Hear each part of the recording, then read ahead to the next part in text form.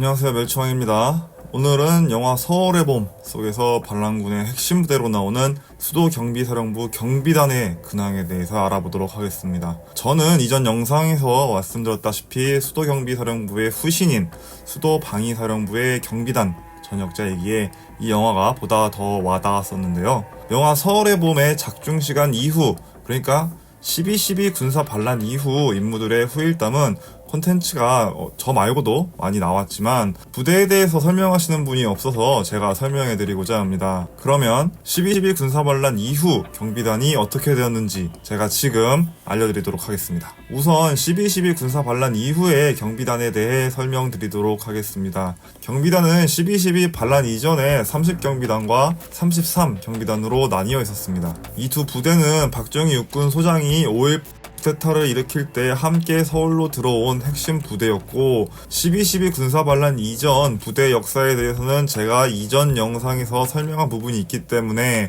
혹시 궁금하시면 제 이전 영상을 참고하시면 될 것 같습니다. 아무튼 이 두 부대는 12.12 군사반란 이전부터 청와대를 포함해서 대통령의 경호, 경비를 담당하는 부대였습니다. 때문에 이 두 부대의 지휘관 자리는 육군 사관학교 출신만 앉을 수 있었고 상당한 요직이었습니다. 전두환 또한 박정희 정부 시절 이 부대의 지휘관이었으니까요. 실제로 12.12 군사 반란 이후에 이 부대 지휘관들은 대부분 최종 계급으로 별을 다는 경우가 그렇지 않은 경우보다 월등히 많았습니다.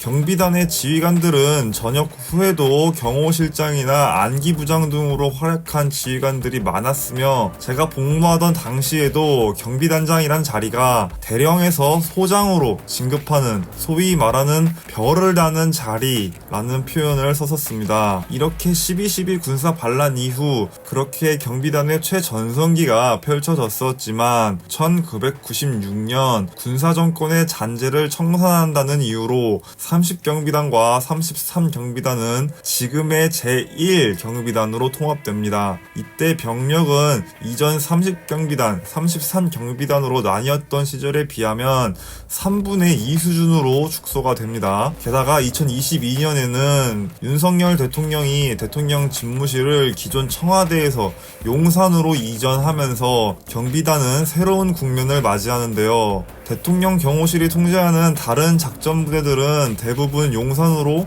함께 이전했지만 경비단은 현재의 위치에 잔류하게 되면서 이전부터 가지고 있던 대통령 경호 경비부대라는 타이틀이 다소 퇴색되었습니다. 당연히 부대원들의 살기는 매우 떨어진 상태이며 앞으로 경비단장이라는 이 지휘관 자리 또한 요직이 아닐 가능성이 매우 높아졌습니다. 실제로 이번 경비단장에 최초로 비육사 출신 대령이 취임한 것으로 보아 이전보다 경비단의 임무 중요도가 낮아진 것으로 볼 수 있습니다. 이렇게 현재 경비단은 대통령이 없는 빈 청와대 터와 민간에도 개방된 등산로를 지키고 있다 보니 등산객 지킴이가 되었다는 자조적인 목소리도 나오고 있긴 합니다만 부대의 의미가 아주 없어진 건 아닙니다. 여전히 경비단은 수도방위사령부 내에서 전투원이 많은 부대 중 하나이기 때문인데요. 국군 기무사령부가 작성하고 2017년도 공개된 전시 개헌 및 합수 업무 수행 방안 개헌령 문건에도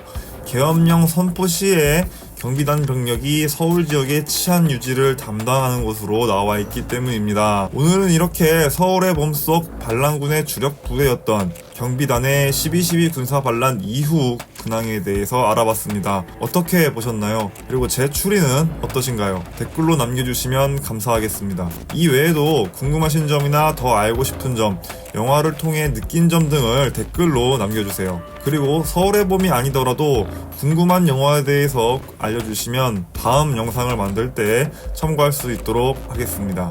감사합니다.